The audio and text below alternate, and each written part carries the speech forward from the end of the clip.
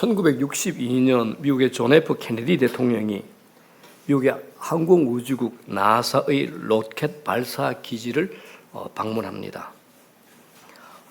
케네디 대통령이 복도를 걷는데 어떤 한 청소부가 콧노래를 부르며 열심히 바닥을 닦고 있는 모습을 보게 됩니다. 케네디 대통령이 다가가서 쾌활하게 인사를 건네죠. 안녕하세요. 저는 존 F 케네디입니다. 지금 무슨 일을 하고 계시나요? 라고 인사를 건네니까 그 청소부가 빗자루를 바로 세워잡고 자랑스러운 표정으로 이렇게 답합니다. 대통령님, 저는 인간을 달에 보내는 일을 돕고 있습니다. 했답니다. I am helping put a man on the moon. 발음이 안 좋더라도 이해해 주시기 바랍니다. 그는 자신이 바닥을 깨끗이 청소해야 연구원들이 쾌적한 환경에서 실수를 하지 않고 로켓을 연구할 수 있으며 그것이 결국 인류를 달로 보내는 위대한 일의 한 조각임을 정확히 알고 있었던 겁니다. 이 청소부는 거룩한 일과 세상의 일, 고귀한 일과 천한 일의 분리를 뛰어넘은 사람이었습니다. 빗자루질이라는 가장 세속적이고 낮아 보이는 일이 인류의 지평을 넓히는 가장 탁월한 일과 연결되어 있음을 이 청소부는 알고 있었던 겁니다. 여러분, 그리스도인은 이 땅의 모든 평범한 일터에서 이 청소부와 같은 고백을 해야 됩니다. 나는 서류를 만지지만 하나님의 공의를 세우고 있습니다. 나는 밥을 짓지만 하나님의 생명을 먹이고 있습니다. 거룩한 직업과 세속적인 직업이 따로 있는 것이 아니라 그 일을 행하는 거룩한 하나님의 사람만이 있을 뿐입니다. 그래서 오늘은 이 말씀을 통해서 우리가 하는 일에 대해 성경적인 관점, 성경적인 이해의 시간을 가지고자 합니다. 인간의 삶에 일처럼 묘한 게 있을까 싶습니다. 일하는 사람은 일 때문에 힘들어하고 일자리를 구하는 사람은 일이 없어서 힘들어합니다. 여러분들에게 일은 좋은 것입니까? 나쁜 것입니까? 이게 간단한 질문은 아니죠. 그렇다면 힘든 사람에게 물어보겠습니다. 일을 인생의 필요악이다 이렇게 말해도 될까요?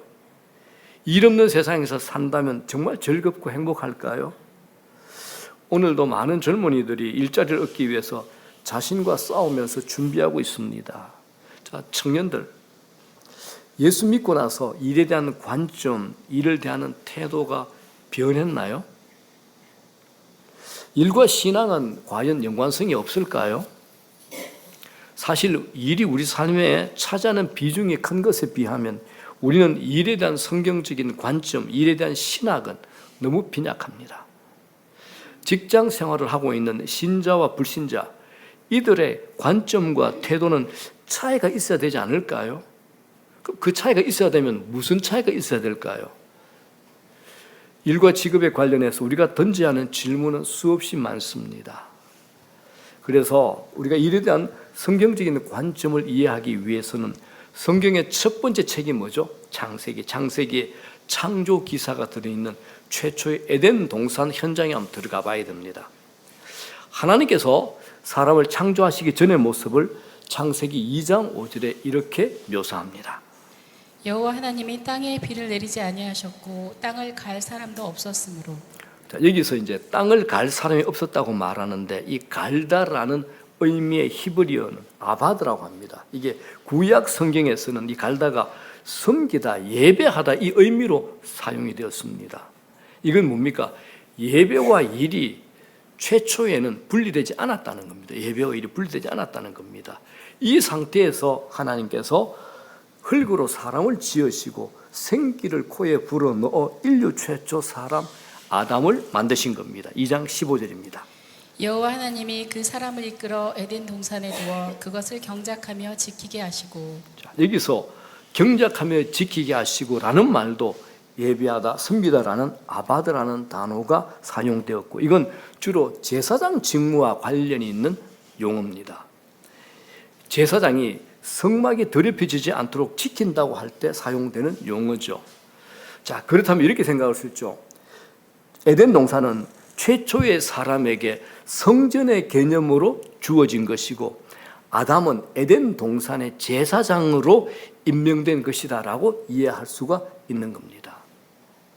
자, 그렇기 때문에 아담이 에덴 동산에서 해야 하는 일, 땅을 경작하고 에덴 동산을 돌보는 일을 살피는 일은 예배 행위와 다르지 않습니다. 거룩한 일이었죠. 우리가 구분하기 좋아하는 것, 거룩한 것과 세상적인 것, 즉 성과 속의 이원론적인 구분이 여기에는 없었습니다. 자, 그럼 이제 시간이 지나서 창세기 3장이 뭘 합니까? 아담과 하와가 사고를 꽝 치죠.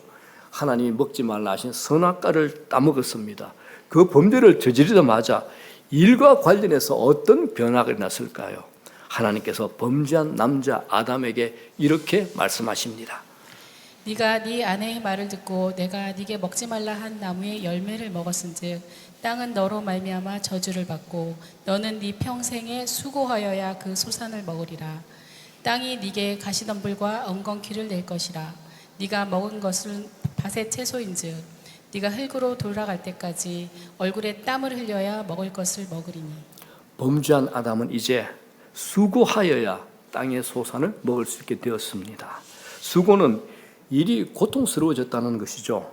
땅이 가시덤불과 엉겅퀴를 낼 것이라는 말씀이나 얼굴에 땀이 흘러야 이 말씀은 일이 고통스러워졌다는 것을 뜻합니다. 자, 그러면 아담 말고 범죄한 뒤에 여자에게는 어떤 일, 하와에게는 어떤 일이 났을까요? 3장 16절입니다. 내가 네게 임신하는 고통을 크게 더하리니 네가 수고하고 자식을 낳을 것이며 너는 남편을 원하고 남편은 너를 다스릴 것이니라. 여기에서 고통, 수고라는 단어는 임신과 출산이 연결이 되는데 이것은 임신과 출산은 본래부터 고통스러운 일이 아니었음을 의미합니다. 우리가 범죄하지 않았다면 임신하는 것, 출산하는 것은 고통스럽지 않은 아주 자연스러운 일이 될 걸. 그래서 영어에서 노동과 일을 의미하는 레이버나 트래벨이라는 단어는 둘 다 수고롭고 고된 일을 의미하는 동시에 이 의학 용어라고 합니다. 분만, 상고, 진통도 의사들끼리 레이버라는 이 단어를 사용하고 있습니다. 여자에게나 남자에게나 죄로 말미암아 임신, 출산의 고통과 일의 고통이 더해진 겁니다. 이렇게 여러분 죄는 일로부터 하나님을 섬기는 기쁨을 뺏어가 버렸죠. 이를 고통스럽게 만든 겁니다. 일과 예배의 분리가 일어나게 된 겁니다. 이때부터 일은 사람에게 힘겨운 짐으로 여겨지게 되었습니다. 이렇게 범죄한 후에 일이 예배와 분리가 되자 인간이 일을 보는 관점, 일을 대하는 태도, 일을 하려는 동기가 모두 비틀어지고 말았습니다. 우리도 예외가 아니죠. 일이 돈벌이나 성공의 수단 이상도 이하도 아닌 것이 되어버렸습니다. 조금 고상하게 표현해 볼까요? 직업은 자아실현의 수단이다 이렇게 말하는 것도 있지만은 거기서도 일의 고유한 의미와 가치를 발견하기가 참 어렵습니다. 청년들에게 또 묻습니다. 여러분들은 왜 이 일을 합니까? 왜 취업을 합니까? 취업을 하고 좋은 직장을 얻어야 결혼의 기본 조건이 갖춰지기 때문 아니겠습니까? 여러분은 일하는 이유가 먹고 살아야 하기 때문이 아니다라고 말할 수 있겠습니까?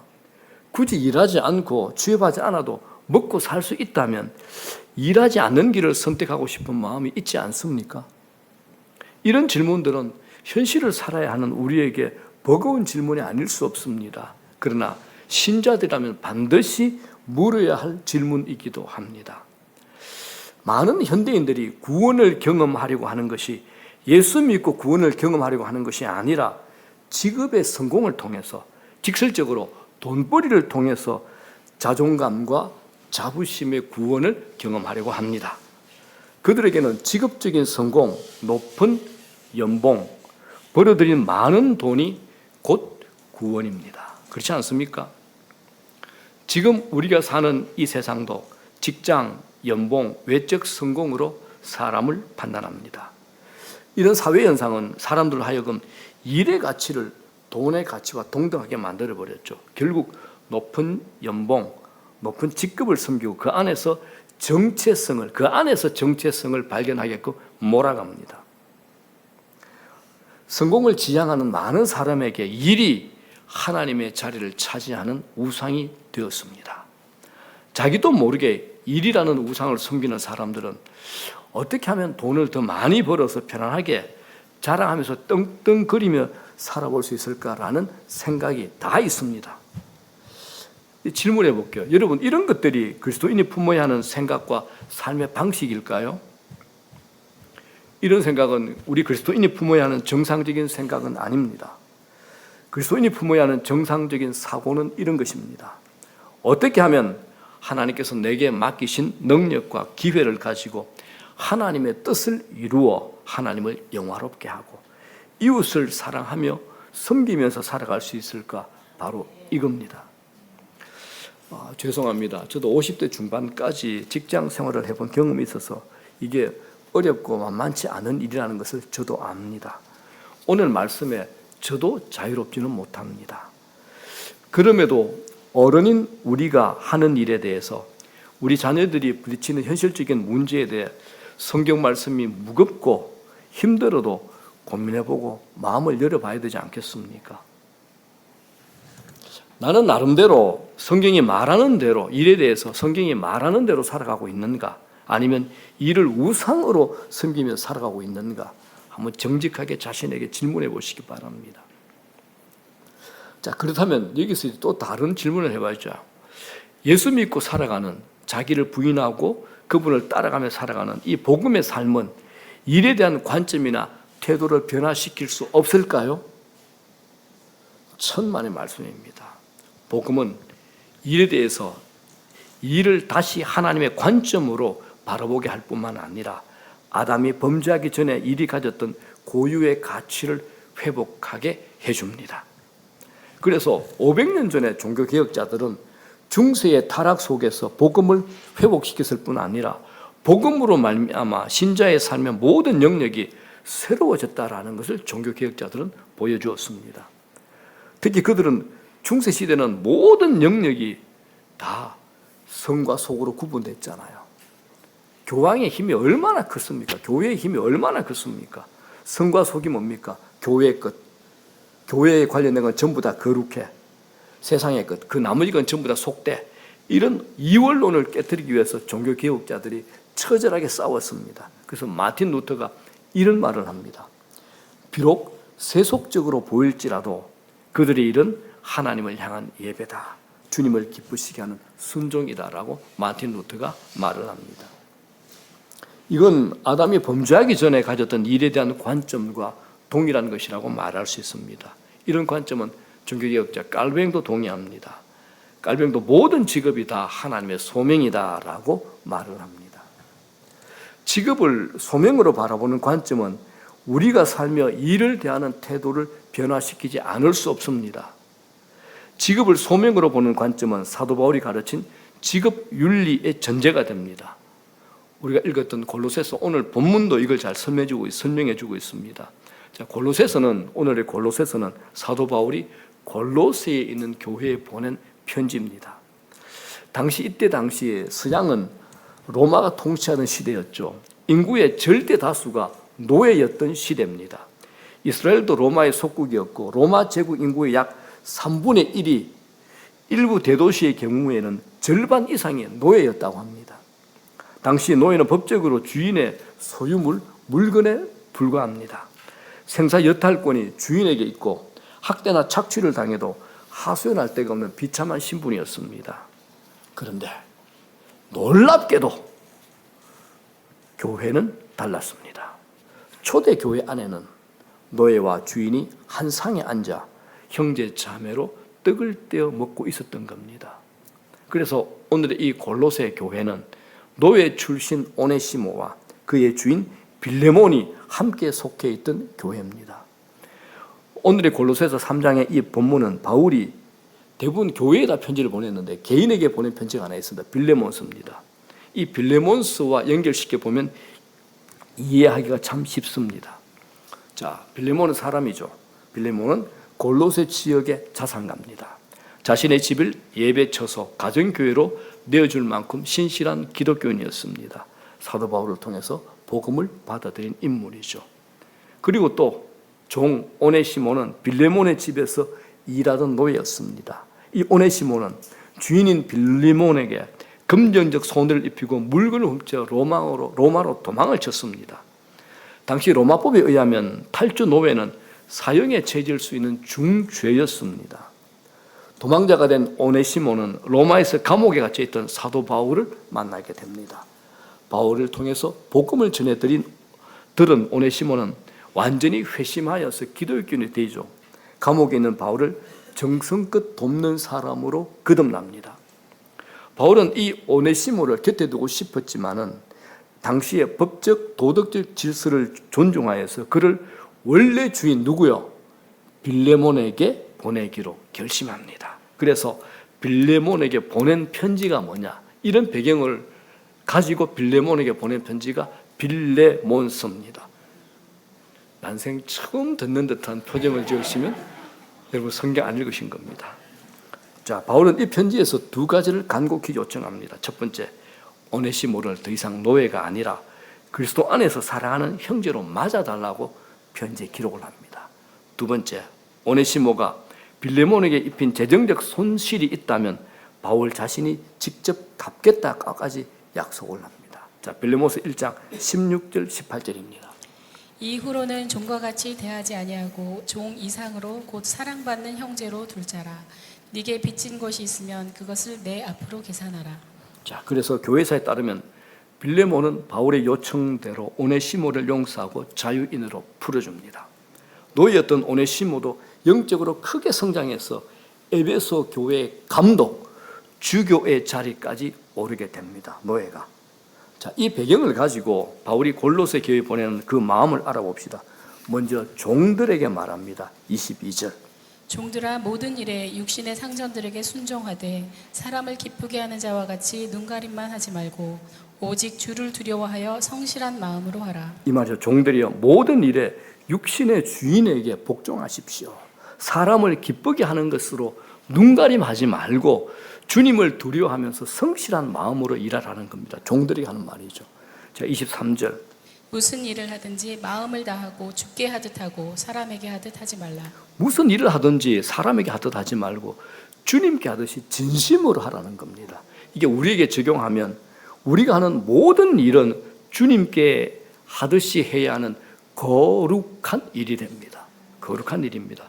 저의 목회만이 아니라 여러분들이 하고 있는 모든 일들, 가장 일반적으로 집에서 어머니들이 아이들 돌보고 밥을 짓고 설거지와 빨래를 하는 일도 거룩한 일이 된다는 겁니다.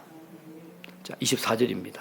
이는 기업의 상을 주께 받을 줄 아나니. 자, 우리가 모든 것을 주께로 할 때 이 모든 일을 통해 주님으로부터 상으로 받는다는 사실을 반드시 기억하시고 믿으시기를 바랍니다. 그러면서 뭐라 그럽니까? 너희는 주 그리스도를 섬기느니라. 여러분은 하고 있는 그 모든 일을 통해서 누구를 섬기는 거죠? 주 그리스도를 섬기는 겁니다. 모든 일을 주께 하듯이 할 때 그 사람을 섬기는 것이 아니라 이 일이 주님을 섬기는 일이 된다는 것입니다. 주님께서 그렇게 보신다는 겁니다. 바울 사도는 종들에게 하나님을 의식하고 하나님을 섬기는 것처럼 일하라고 종들에게 권면을 하죠. 사람 앞에서 하는 일이라면 대충 눈가림하고 편안함을 추구하고 요령을 부리는 것이 가능할 겁니다. 하지만 하나님을 경외한 마음으로 성실한 마음으로 일을 하고 어떤 일이든 마음을 다하여 주께 하듯 한다면 그 일에 대해서 하나님께서 주실 상이 있다라고 성경이 우리에게 약속하는 겁니다. 자, 24절 우리 다 같이 읽어볼까요? 24절 다 같이 시작. 이는 기업의 상을 주께 받을 줄 아나니 너희는 주 그리스도를 섬기느니라. 단지 월급, 임금을 받기 위해서가 아니라 하나님이 주실 상이 있다라는 겁니다. 이렇게 일하는 것은 단지 눈앞에 있는 사람을 섬기는 것이 아니라 주 그리스도를 섬기는 것이 되기 때문입니다. 자, 이 의미를 우리가 좀 더 생각해 봅시다. 우리가 단지 나를 고용한 회사의 사장이나 보스를 섬기는 것이 아니라 주님을 섬기는 마음과 태도를 가지고 일을 하는 것, 이 두 가지가 어떤 차이가 있을까요? 사람을 의식하고 일하는 것하고 주님을 섬기는 마음과 태도를 일하는 것하고 어떤 차이가 있을까요? 일단 일을 하는 사람은 자유함을 얻게 됩니다. 그 자유함이 뭡니까? 우리는 대체적으로 사람 앞에 인정받고 싶은 거, 여기에 목을 매답니다. 그런데 그 자유함은 사람 앞에서 인정받아야 하고 내 능력을 입증해야 된다는 부담에서 자유함을 누리게 됩니다. 왜? 죽기 하듯 하기 때문에 그 부담에서 자유를 얻게 됩니다. 그러나 이게 무분별한 자유나 방종으로 절대 이끌지 않습니다. 왜냐하면 그는 하나님을 섬기고 있고 하나님의 인정을 구하고 있기 때문입니다. 하나님을 사랑하기 때문에 마음을 다하여 일을 하게 되고 섬기게 되는 거죠. 또 여기에는 뭐가 있을까요? 기쁨이 있습니다. 기쁨이 있습니다. 예수님을 만나기 전에 하던 일을 계속할지라도 내가 섬기는 대상은 이제 사람이 아니라 주님이기 때문에 그 의미와 내용이 전혀 다를 수밖에 없습니다. 돈벌이, 자기 정명의 수단인 직업과 일을 하나님을 섬기는 성직으로 이제 바뀐 겁니다. 그리고 상을 주께로부터 받을 기대감을 가질 수 있게 된 겁니다. 이렇게 일을 하다 보면 사람에게는 인정을 받지 못할 수 있습니다. 그러나 낙심하지 않습니다. 하나님께서 주실 상이 있기 때문입니다. 또 이런 관점을 가지게 될 때 일의 귀천으로 사람을 차별하지 않게 됩니다. 종이 하는 일이나 주인이 하는 일에 차이가 없죠. 왜요? 그가 하나님을 섬기는 일이라는 점에서 다 똑같습니다. 일에 대한 이런 관점은 자신을 더욱 존귀하게 하고 자신을 더욱 고상하게 만들어줍니다. 돈, 권력, 성공의 수단으로 직업을 바라보는 사람들이 점차 마음이 짐승으로 변해가는 것을 볼 때 우리가 받은 이 은혜는 얼마나 큰 것이겠습니까? 우리가 사는 이 시대에 세속적인 직업관이 너무 강해서 우리가 거기서 완전히 풀려나기가 쉽지 않습니다.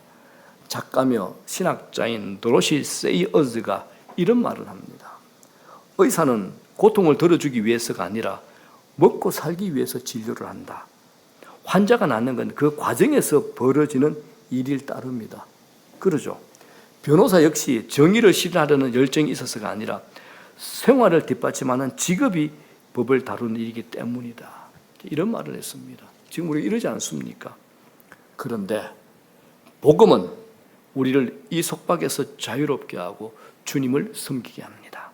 이 자유함은 하나님을 섬기게 할 뿐 아니라 우리가 진정으로 일을 통해서 사람을 사랑하게 만들어줍니다. 그래서 사도 바울이 에베소 교회에 이렇게 또 섭니다.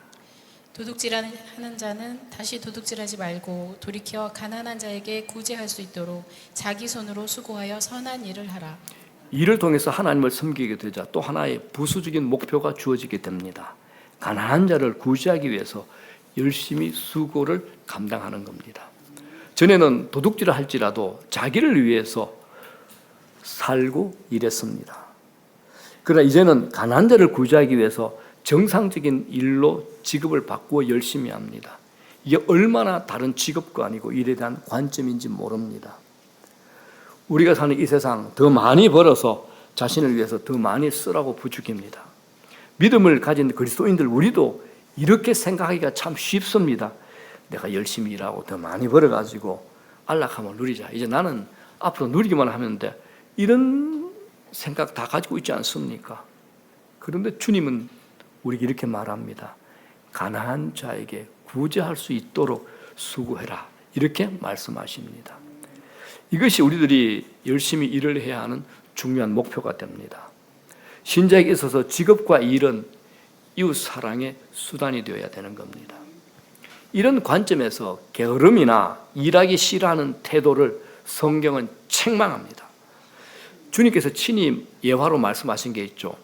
달란트 비유에서 어떤 임금이 종에게 한 달란트를 맡겼는데 그 종이 그 한 달란트 가지고 일을 하지 않고 땅에 묻어버렸습니다. 아무런 변화가 없었죠. 주인이 임금이 종을 향해서 이렇게 책망했다라고 주님이 말씀하셨죠. 악하고 게으른 종아, 악하고 게으른 종아. 얼마나 무시무시한 책망입니까? 심지어 사도 바울은 이렇게까지 얘기합니다. 누구든지 일하기 싫어하거든 먹지도 말게 하라 라고 강한 어조로 말을 했던 겁니다. 데살로니가 후서의 말씀이죠.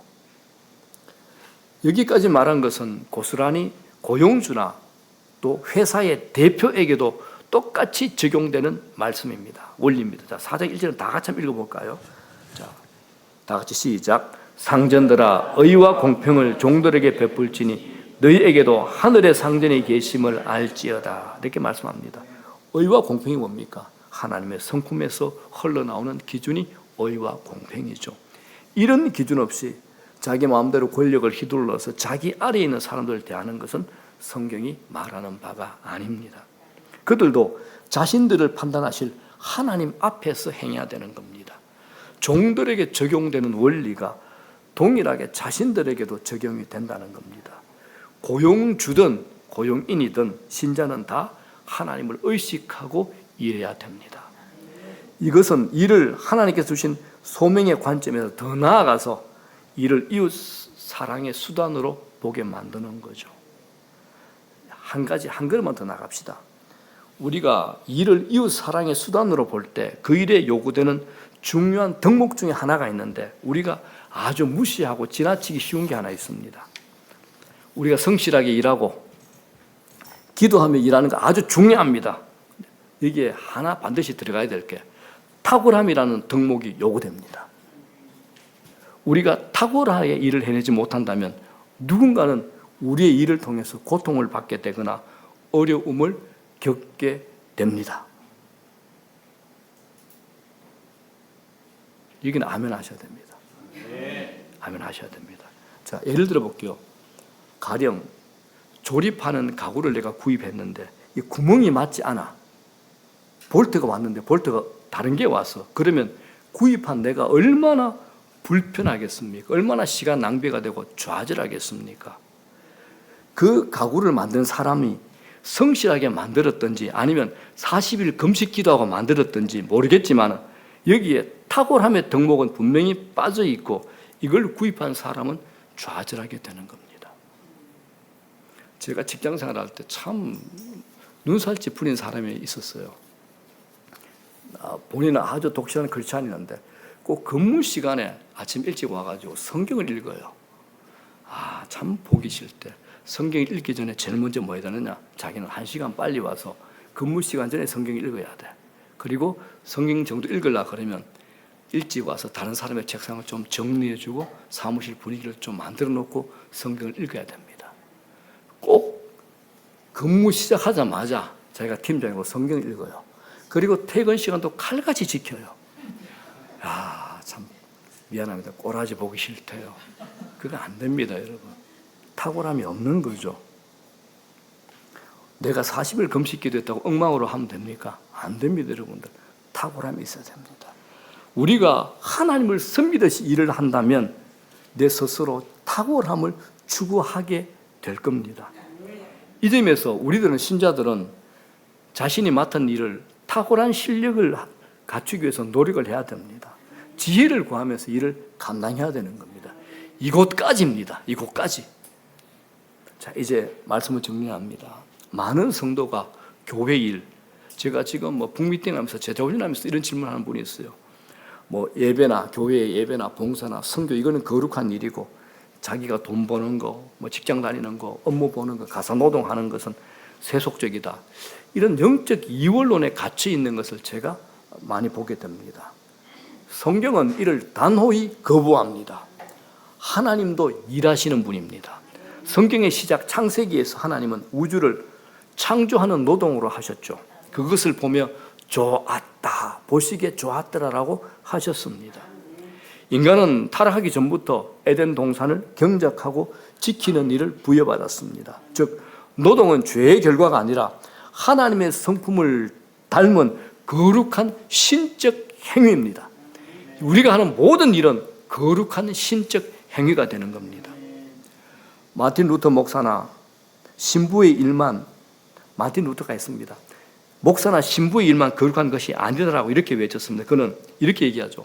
구두 수성공이, 기독교적인 구두 수성공이 되는 방법은 구두에 십자가를 그려 넣는 것, 우리 이거로 그냥 착각하잖아. 이게 아니다. 좋은 가죽으로 튼튼한 구두를 만들어 이웃을 유익하게 하는 것이다. 이렇게까지 말을 합니다.